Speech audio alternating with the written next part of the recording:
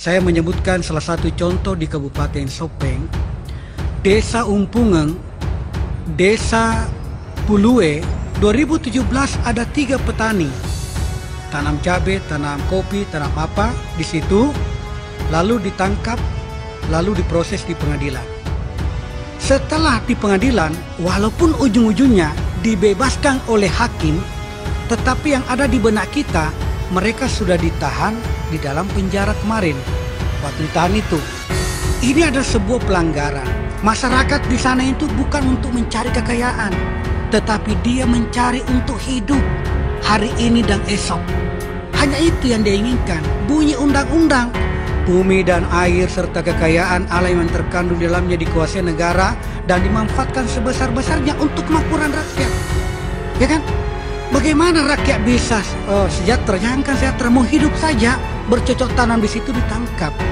Terima kasih sudah klik video ini. Jangan lupa tekan tombol subscribe untuk bergabung. Dalam hitungan saya persilahkan kalian untuk tekan tombol subscribe. 10, 3, 2, 1. Saya ucapkan selamat bergabung dalam channel ini. Saya tadi ada penjelasannya terkait dengan peristiwa dugaan terjadinya tindakan kekerasan yang dilakukan oleh KKB di daerah Papua ya. Ya. Saya mencoba mencari data-data soal itu, ternyata memang ada penelitian yang lahir dari UGM Gabriel itu.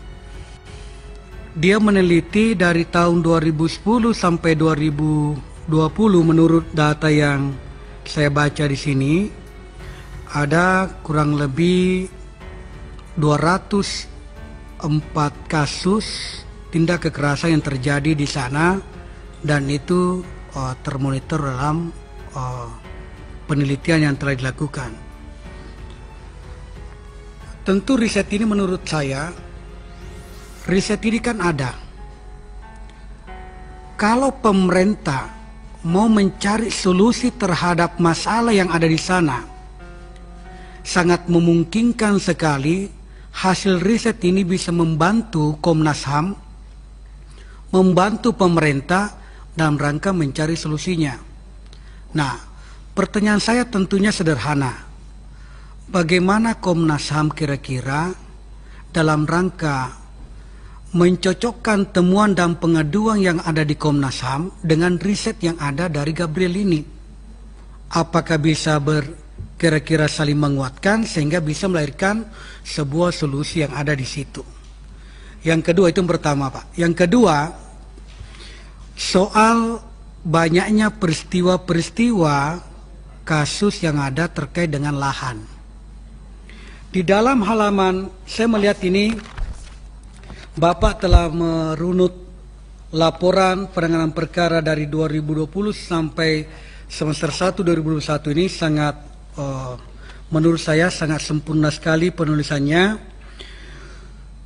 Bahkan dari berbagai provinsi telah ada di sini. Saya telah membaca di halaman 68, yaitu di Provinsi Sulawesi Selatan, Bapak telah mengkaji beberapa kasus penolakan pertambangan pasir di Kodingare, Makassar, kemudian kasus pembangunan Makassar Newport yang Bapak sudah jelaskan tadi. Pada satu prinsip menurut saya, Pak Ketua, bahwa di Sulawesi Selatan ini boleh dikata wilayahnya adalah wilayah pegunungan. Banyak sekali kegiatan-kegiatan masyarakat yang memang dihuni wilayah beberapa daerah pegunungan di sana. Saya menyebutkan salah satu contoh di Kabupaten Sopeng, Desa Umpungeng, Desa Pulue, itu berada masyarakatnya di atas itu kira-kira tahun 1600-an, 1800-an mereka sudah ada di atas. Sementara penetapan tapal batas kehutanan itu berada pada tahun 2000 berapa itu, atau 1900 berapa. Ini artinya apa? Kehidupan masyarakat jauh lebih awal di dalam desa ini dibanding dengan penetapan tapal batas kehutanan. Nah, 2017 ada 3 petani tanam cabai, tanam kopi, tanam apa di situ, lalu ditangkap, lalu diproses di pengadilan. Setelah di pengadilan, walaupun ujung-ujungnya dibebaskan oleh hakim, tetapi yang ada di benak kita, mereka sudah ditahan di dalam penjara kemarin. Waktu ditahan itu, ini ada sebuah pelanggaran. Masyarakat di sana itu bukan untuk mencari kekayaan, tetapi dia mencari untuk hidup hari ini dan esok. Hanya itu yang dia inginkan. Nah, pertanyaan saya sederhana. Komnas HAM adalah sebuah elemen penting, saya rasa bisa berkomunikasi dengan Kementerian Kehutanan, karena bukan hanya daerah Sulawesi Selatan, tetapi hampir daerah-daerah yang memiliki daerah kawasan hutan dan pegunungan pasti mengalami hal yang sama. Inilah pentingnya, saya rasa, urgensi daripada Bapak dari Komnas HAM untuk membangun komunikasi dengan kementerian supaya tidak terulang lagi masyarakat diperlakukan seperti itu. Apalagi bunyi undang-undang, bumi dan air serta kekayaan alam yang terkandung di dalamnya dikuasai negara dan dimanfaatkan sebesar-besarnya untuk kemakmuran rakyat. Ya kan? Bagaimana rakyat bisa sejahtera? Jangankan sejahtera, mau hidup saja, bercocok tanam di situ ditangkap. Nah, ini adalah kalau kita membawa kepada undang-undang yang lebih tinggi, ternyata bumi dan air ini segenap diperuntukkan untuk hidupnya masyarakat yang ada.